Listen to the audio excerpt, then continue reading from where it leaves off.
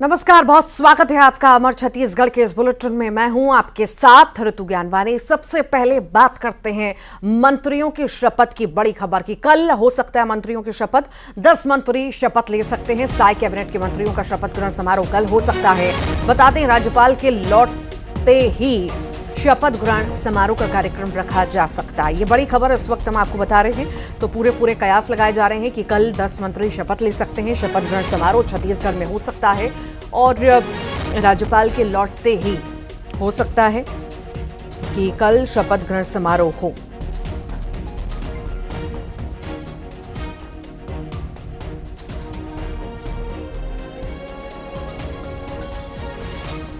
तो शपथ ग्रहण समारोह की तैयारियां जो हैं अब छत्तीसगढ़ में होंगी।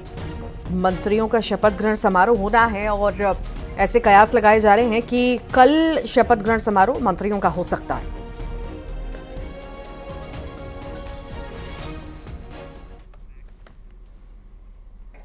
और 19 दिसंबर से छत्तीसगढ़ विधानसभा का सत्र शुरू होने जा रहा है। 3 दिनों का ये विधानसभा का शीतकालीन सत्र होगा और बेहद ही खास, चूंकि सरकार बनने के बाद पहला ये सत्र होगा और इसमें आखिर क्या क्या मुद्दे रहेंगे ये देखने वाली बात होगी। बेहद खास इसे मान सकते हैं।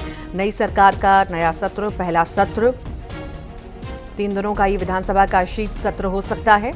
बेहद खास होगा चूंकि समय कम है, पर मुद्दे कई होंगे। विपक्ष भी कई मुद्दों को लेकर के तैयार बैठा होगा और अब जो है ये सत्र की शुरुआत होगी 19 दिसंबर से। 3 दिन ये सत्र चलेगा जो बेहद खास हो सकता है। कई मुद्दों को लेकर के जो है विपक्ष भी पहुंचेगा। साथ ही साथ नई सरकार का ये पहला सत्र होने जा रहा है।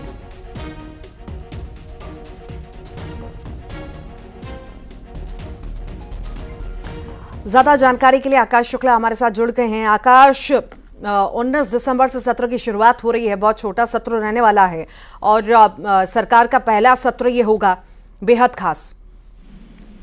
जी बिल्कुल, देखिए सरकार गठन के बाद ये विधानसभा का सत्र होने जा रहा है। 19 से 21 दिसंबर तक के ये बताया जा रहा है कि सत्र होगी। ये सरकार गठन के बाद ये पहला सत्र होगा। ऐसे में कई निर्णय भी हो सकते हैं इसमें। इसके लिए पूरी तैयारी शुरू कर दी है। मंत्रालय स्तर पर भी जो अधिकारी जी इसकी प्रक्रिया के लिए पूरी तैयारी शुरू हो गई है। जी ठीक, तो प्रक्रिया शुरू हो चुकी है। क्या लगता है कि सत्र तो पहला होगा और चूंकि बहुत छोटा ये सत्र होने जा रहा है, विपक्ष आखिर किस बात को लेकर के सदन में पहुंच सकता है? देखिए, मोदी की गारंटी को लेकर जो चुनाव में बहुमत के साथ भाजपा आई है और इसको ही आगे बढ़ाते हुए पहला निर्णय इन्होंने लिया कि जो 18 लाख आवाज देंगे गरीबों को। इसके साथ ही जो मोदी गारंटी पत्र में जो था वो सारे अहम फैसले हैं जो धीरे धीरे करके भाजपा इसको पूरा करते जाएगी। लेकिन कांग्रेस इसमें मुखर हो रही है क्योंकि कहीं ना कहीं जो मोदी गारंटी को लेकर ये सरकार में आई, सत्ता में आई, कहीं ना कहीं वो पूरा ना करने का जिस तरीके से पहला निर्णय लिया गया है, अन्य निर्णयों को ना लेने को लेकर लगातार आरोप लगाई है, तो इस पर ये मुखर हो सकती है। जी ठीक, बहुत बहुत शुक्रिया आकाश जानकारी को साझा करने के लिए।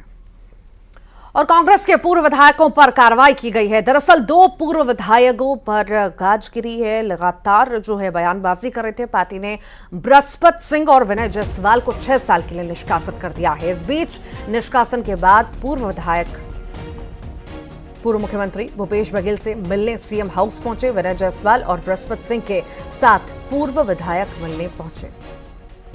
तो लगातार बयानबाजी ये विधायक कर रहे थे और इसी को लेकर के अब जो है निष्कासन की कार्रवाई इन पर हुई है।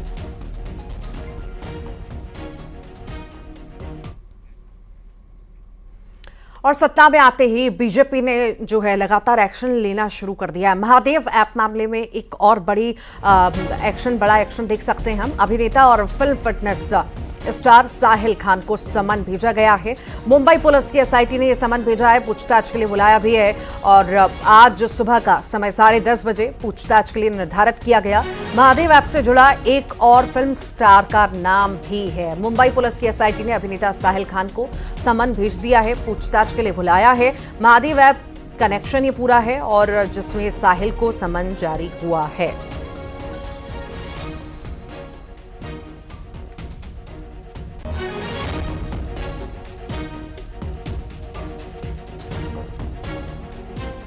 तो महादेव सट्टा ऐप में कार्रवाइयों का दौर लगातार जारी है और बीजेपी पूरी तरह से सख्ती के मूड में इसमें नजर आ रही है।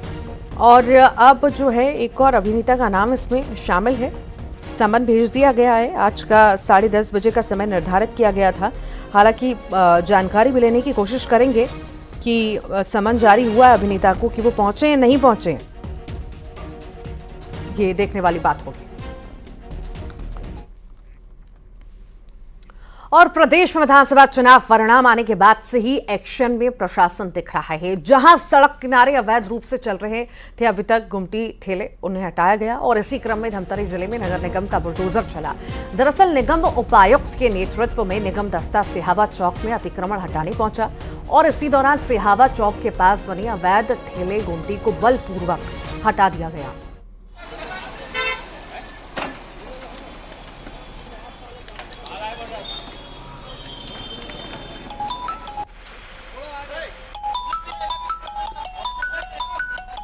नगर निगम का बुलडोजर चला है। धमतरी की तस्वीरें हम आपको दिखा रहे हैं और छत्तीसगढ़ के अलग अलग जिलों की तस्वीरें हम आपको लगातार दिखाते रहे हैं कि किस तरह से जब से सत्ता में बीजेपी आई है तो ये अवैध अतिक्रमण के खिलाफ कार्रवाई कर रही है। और इसी बीच धमतरी में भी कुछ ऐसी ही तस्वीरें हमें देखने को मिली जहां पर एक्शन में बुलडोजर नजर आया, नगर निगम नजर आया और अवैध अतिक्रमण के खिलाफ, अवैध गुमटियों के खिलाफ कार्रवाई की गई है। कि अतिक्रमण काफ़ी टाइम से जो अवैध अतिक्रमण थे उनको लेकर के उनको चेतावनी दी जा रही थी और ये ऐसा समय आया था जिसमें चेतावनी के बावजूद भी जो स्थिति निर्मित हो रही थी जिसमें लोग नहीं मान रहे थे, तो उस पे जो है कार्रवाई की गई है। जांजगीर चांपा में नाबालिग को चॉकलेट का लोभ देकर छेड़छाड़ और दैहिक शोषण का प्रयास किया गया। परिजनों के अनुसार नाबालिग अकेली घर में थी, तभी आरोपी उसके घर में आता है, नाबालिग को बहला फुसलाकर दैहिक शोषण करता है। परिजनों ने आरोपी के खिलाफ थाने में मामला दर्ज करवा दिया है। फिलहाल पुलिस ने आरोपियों को गिरफ्तार तो कर लिया है, पूछताछ भी कर रही है। जहां आरोपी ने अपना जुर्म कबूल कर लिया, पुलिस ने आरोपी को न्यायिक हिरासत में ले लिया है। तो पूरा मामला जांजगीर चांपा का है, दैहिक शोषण का ये पूरा मामला है। नाबालिग बच्ची से छेड़छाड़ का प्रयास किया गया, चॉकलेट का लोभ उसे दिया गया और उसके साथ जो है छेड़छाड़ की गई। प्रार्थी के द्वारा रिपोर्ट दर्ज कराया गया कि उसके 7 वर्ष की बच्ची है, उसके साथ उसके गांव के रहने वाला आरोपी अश्लील हरकत के साथ शारीरिक संबंध बनाने का प्रयास किया गया है। थाने में रिपोर्ट दर्ज कर विवेचना के दौरान आरोपी के विरुद्ध साक्ष्य पाए जाने पर उसको आज दिनांक 14/12 को गिरफ्तार कर न्यायिक रिमांड पर न्यायालय भेजा गया है। और अब आगे बढ़ते हैं और बात इंदौर की कर लेते हैं। इंदौर से ये बड़ी खबर है जहां पर निगम अब अवैध कब्जे हटाएगा। सड़कों और फुटपाथ से अवैध कब्जे हटाए जाएंगे। अधिकारियों के साथ महापौर सड़कों पर उतर चुके हैं। राजबाड़ा इलाके में बड़ी कार्रवाई हमें देखने को मिलेगी। महापौर ने खुद समझाइश भी दी है। 200 लोगों की 14 टीम अतिक्रमण पर कार्रवाई करेगी। ट्रैफिक की समस्या से इससे राहत भी कहीं ना कहीं मिलती हुई नजर आएगी। तो महापौर अब लोगों को समझा रहे हैं, जिस तरह से लोगों ने अवैध अतिक्रमण कर रखा है, रोड जो है ब्लॉक कर रखी हैं और लंबे वक्त से ट्रैफिक की समस्या बनी रहती थी, अब जो है उससे निजात दिलाने की कहीं ना कहीं कोशिश, कवायद महापौर द्वारा की जा रही है। ज्यादा जानकारी के लिए मिथिलेश हमारे साथ जुड़ गए हैं। मिथिलेश, अतिक्रमण के खिलाफ अभियान चलाया जा रहा है और ये कवायद की जो शुरुआत है महापौर खुद करते हुए नजर आ रहे हैं। अजय, बिल्कुल ट्रैफिक की जो समस्या है वो इंदौर की सबसे बड़ी है और उसी को लेकर अब एक नया एक्शन देखने को मिल रहा है इंदौर की सड़कों पर। महापौर अधिकारियों के साथ सड़कों को उतरे और सबसे पहले जो फुटपाथ पर व्यापारियों ने कब्जा कर रखा है, जो सड़क पर दुकानें लगा लेते हैं, सभी को हाथ जोड़कर उनसे निवेदन किया, आग्रह किया। कहा आज मैं खुद आप लोग को समझाइश देने आया हूँ और हाथ जोड़ के निवेदन कर रहा हूँ कि ये जो अवैध अतिक्रमण आप लोग खुद से हटा लें, वरना इसके बाद सख्ती से कार्रवाई करूंगा और उसके बीच में जो भी रोकने आएगा उसके खिलाफ कानूनी कार्रवाई होगी, वो भी बड़ी धाराओं में कार्रवाई होगी। उन्होंने सख्त लहजे में कह दिया है कि आज मैं समझाने आया हूं, 2 से 3 दिन का आपके पास में समय है, जो जिसने भी अतिक्रमण कर रखा है अतिक्रमण हटा लीजिए, वरना बड़ी कार्रवाई के लिए तैयार रहिए। और देखिए इसकी जरूरत क्यों पड़ी इंदौर में, क्योंकि इंदौर का जो प्राचीन इंदौर है, प्राचीन इंदौर सबसे ज्यादा भीड़ भाड़ वाला इलाका है। जहां महापौर उतरे वो राजवाड़ा का इलाका है, फुटपाथ पर लोगों ने दुकानें लगा ली है, आने जाने में काफी समस्या होती है। और ट्रैफिक की बात की जाए तो इंदौर का ट्रैफिक बदहाल है, हमेशा ट्रैफिक की समस्या को लेकर इंदौर पर सवाल खड़े होते रहे। अब कहीं ना कहीं ट्रैफिक की समस्या जो है बढ़ती को देखते हुए एक्शन प्लान देखने को मिल रहा है। दूसरी तरफ जहां ट्रैफिक पुलिस बड़ी कार्रवाई कर रही है, तो वहीं खुद महापौर नगर निगम के साथ सड़कों को उतरे, समझाइश दे रहे हैं, कार्रवाई की बात कर रहे हैं, तो कहीं ना कहीं अब महापौर खुद एक्शन में नजर आ रहे हैं। दूसरी तरफ मैं आपको बताऊंगा कि जब से सीएम ने पदभार ग्रहण किया है, नए सीएम डॉक्टर मोहन यादव, उनके आदेश के बाद से बड़ी कार्रवाई देखने को मिल रही है इंदौर में। कल 50 से ज्यादा मांस मछली बेचने वाले जो लोग हैं उनके खिलाफ। बहुत बहुत शुक्रिया मिथिलेश जानकारी को साझा करने के लिए। आपने अब से पहले ऐसा हत्यारा नहीं देखा होगा जिसने एक लड़की की कार चढ़ाकर हत्या कर दी। लोगों को लगा यह हादसा तो नहीं, उसके बाद वो शातिर हत्यारा लड़की की पल्स चेक करता है, कहीं लड़की जिंदा तो नहीं बच गई, और लड़की के फिंगरप्रिंट से लड़की का मोबाइल खोलने की कोशिश करता है। कार चढ़ाकर प्रेमिका का कत्ल करने वाले इस प्रेमी का राज कैसे खुला, देखिए इस रिपोर्ट में।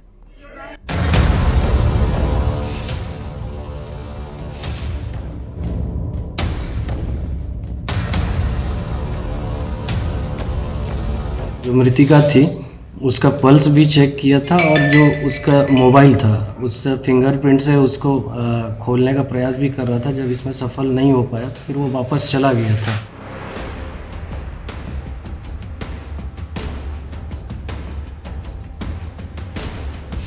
कार चढ़ाकर प्रेमिका का कत्ल।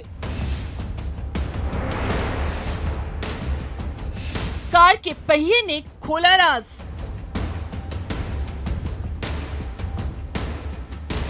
प्रेमिका के कपड़े का धागा बना सुराग। कॉल डिटेल्स में कैद प्रेमी का झूठ। NH 343 वो देखो कातिल जा रहा है। नेशनल हाईवे 343, इस हाईवे पर 19 नवंबर को 23 साल की लड़की की लाश मिली थी। पर्स में 7 ATM, एक ब्लैंक चेक और कुछ नगद रुपए भी। बलरामपुर के आवरा झरिया जंगल किनारे सड़क पर पूजा की लाश मिली थी। क्या ये हादसा है या फिर कुछ और? पूजा देवांगन के पर्स में ATM और कुछ दस्तावेज भी मिले। शरीर पर चोट के निशान थे, लेकिन मौत की वजह सामने आना बाकी था। हैरानी की बात देखिए, चश्मदीद की माने तो कातिल वहीं मौजूद था। पोस्टमार्टम रिपोर्ट कह रही थी ये कत्ल है। प्रेमिका की लाश, फिंगरप्रिंट से खोले मोबाइल। बलरामपुर के आरा झरिया जंगल किनारे सड़क पर पूजा की लाश मिली थी। पूजा की कार चढ़ाकर हत्या की गई। अब सुनिए सबसे हैरान करने वाली बात। चश्मदीद के मुताबिक हत्यारा मृतक पूजा की पल्स चेक कर रहा था, और सबसे चौंकाने वाली बात, वो पूजा के फिंगरप्रिंट से उसका मोबाइल खोलने की कोशिश कर रहा था। सुनिए ये हैरत में डालने वाली बात। जो मृतिका थी उसका पल्स भी चेक किया था, और जो उसका मोबाइल था उस फिंगरप्रिंट से उसको खोलने का प्रयास भी कर रहा था। जब इसमें सफल नहीं हो पाया तो फिर वो वापस चला गया था। आरोपी अजीत पाठक ये चेक करने की कोशिश कर रहा था पूजा जिंदा तो नहीं, और मोबाइल इसलिए फिंगरप्रिंट से खोलना चाहता था, कहीं उस मोबाइल में उसका कोई राज तो कैद नहीं। पूजा का हत्यारा अजीत पाठक उसका प्रेमी है। मैरिज के लिए प्रेमिका का मर्डर। जब इन्वेस्टिगेशन किया गया तो इस दौरान पता चला कि ये रामानुजगंज में रहने वाले अजीत पाठक के साथ इसका प्रेम संबंध था, और जो अजीत पाठक था इसकी शादी 28 नवंबर को होने वाली थी। इसी बात को लेकर इन दोनों के बीच में एक तनाव की स्थिति थी। जो मृतिका थी इनके द्वारा अजीत को शादी के लिए मना किया जा रहा था। काली रंग की इस कार से अजीत ने प्रेमिका को टक्कर मारी, फिर कार चढ़ाकर हत्या कर दी। वजह थी प्रेमी अजीत की शादी 28 नवंबर को होनी थी। 19 नवंबर को उसने पूजा को बात करने के लिए बुलाया। दोनों के बीच विवाद हुआ और फिर कत्ल की ये खौफनाक साजिश। और इसी बीच इनमें एक तनाव निर्मित हुआ और जो अजीत था इसने अपनी जो वाहन है टाटा नेक्सन, उसमें युवती को ठोकर मारकर उसकी हत्या कर दी थी। हत्यारे प्रेमी अजीत ने प्रेमिका के कत्ल के 9 दिन बाद यानी 28 नवंबर को 7 फेरे भी लिए। बलरामपुर में सूरज गुप्ता के साथ bureau report, news 18 Madhya Pradesh Chhattisgarh. Surajpur के मोहनपुर में एक महिला को गांव वालों ने देवी का दर्जा दिया। बीते 18 दिनों से ग्रामीण महिला की पूजा अर्चना कर रहे हैं। सुबह से ही ग्रामीणों का तांता लगा रहता है। ग्रामीणों के अनुसार महिला ने दावा किया है कि उस पर नाग देवता की कृपा है, जिसके चलते उसके शरीर पर एक सांप घूमता है और गायब हो जाता है। सांप दिखाई देने के बाद वो देवी बन जाती है। महिला से मिलने और अपनी मन्नत पूरी करवाने के लिए बहुत से लोग दूर दूर से मिलने आ रहे हैं।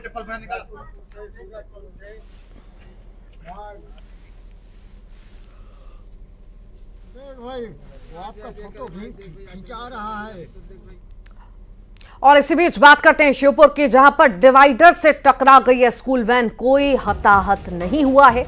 बड़ा हादसा होते होते टल गया। स्कूल वैन में 12 से 15 बच्चे सवार थे। मौके पर अफरा तफरी मच गई, चीख पुकार मच गई। लोगों की भीड़ ने सुरक्षित सभी को बाहर निकाला। पास में ही 33 kV बिजली लाइन का पोल भी था। रेलवे स्टेशन के पास का ये मामला इस वक्त हम आपको बता रहे हैं। डिवाइडर से स्कूल वैन टकरा गई और बड़ा हादसा होते होते टल गया। ज्यादा जानकारी के लिए दीपक दंडोतिया हमारे साथ जुड़ गए हैं। दीपक, बड़ा हादसा होते होते टल गया है और बच्चे सवार थे वैन में। आखिर किन्हीं लापरवाहियों की वजह से माने हादसा? देखो, जहां तक लापरवाही की बात करें तो पूरी लापरवाही ड्राइवर की है, क्योंकि जब स्कूल वैन है, बच्चे गाड़ी में सवार हैं, तो पहले तो स्पीड पर नियंत्रण होना चाहिए, क्योंकि शहर में 30 से ज्यादा की स्पीड नहीं होनी चाहिए। लेकिन देखा जाता है कि जल्दबाजी के चक्कर में, लगातार बच्चों को लाने ले जाने के चक्कर में ये लोग तेज रफ्तार में गाड़ी चलाते हैं और इसी वजह से इस तरह के हादसे देखने को मिलते हैं। आज भी इसी तरह का मामला हुआ है, क्योंकि तेज रफ्तार में ये गाड़ी थी और जब सामने से एक जानवर आया तो बचाने के चक्कर में गाड़ी को डिवाइडर पर चढ़ा दिया। जब तो होना ये चाहिए था, अगर जानवर आया है तो ब्रेक है गाड़ी में, ब्रेक लगाना चाहिए और गाड़ी को कंट्रोल करना चाहिए, लेकिन स्पीड ज्यादा थी, इस वजह से डिवाइडर पर ये गाड़ी चढ़ गई। गनीमत यही रही कि ना तो गाड़ी बिजली के पोल से टकराई और ना ही पलटी, इस वजह से बच्चे सुरक्षित निकल आए। लेकिन इस दौरान बच्चों में चीख पुकार मच गई और मौके पर लोगों की भीड़ जमा हो गई, जिन्होंने तत्काल बच्चों को निकाल लिया। इस वजह से कोई अप्रिय घटना नहीं हुई है और इस तरह के मामले लगातार सामने आते रहे हैं। फिर भी जो परिवहन विभाग है, ट्रैफिक पुलिस है, इसके द्वारा स्पीड पर और बच्चों को जो ज्यादा सवारियों को बिठा देते हैं उस पर रोक नहीं लगाई जाती है। इस तरह से इस वजह से भी ये घटनाएं होती हैं। जी ठीक, बहुत बहुत शुक्रिया जानकारी को साझा करने के लिए। डिप्टी सीएम राजेंद्र शुक्ल मेहर पहुंचे हैं। मां शारदा के दर्शन करने के लिए पहुंचे। बता दें, डिप्टी सीएम ने पूजा अर्चना की, आशीर्वाद लिया। डिप्टी सीएम बनने के बाद ये पहला दौरा उनका मेहर का है। चित्रकूट में कामता नाथ के दर्शन भी करेंगे। डिप्टी सीएम अपने कुल गुरु से भी आशीर्वाद लेंगे। ये तस्वीरें आपके सामने। राजेंद्र शुक्ल मेहर पहुंचे और अब चित्रकूट में भी कामता नाथ के दर्शन करने के लिए जाएंगे।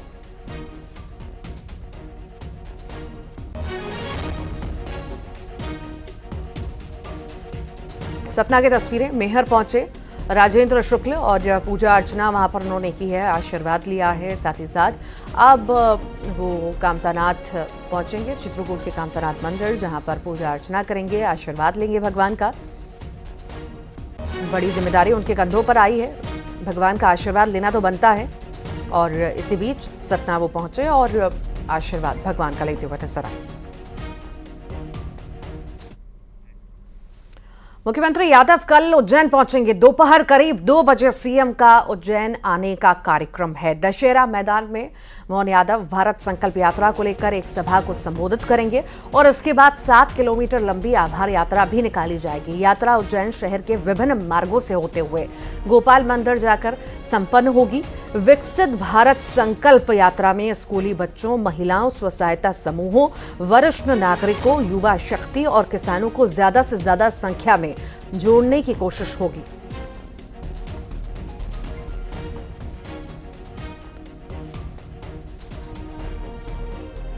तो कल उज्जैन जाएंगे मोहन यादव, उज्जैन के दौरे पर रहेंगे। दोपहर 2 बजे आने का कार्यक्रम उनका है। और ये तस्वीरें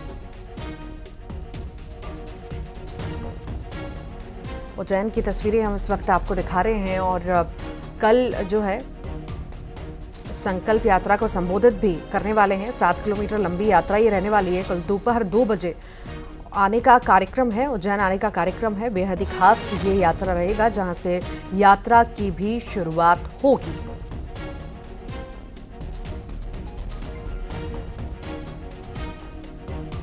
तो कल उज्जैन जाएंगे सीएम डॉक्टर मोहन यादव और बेहद खास ये उनका दौरा, यात्रा की शुरुआत वहां से करेंगे डॉक्टर मोहन यादव।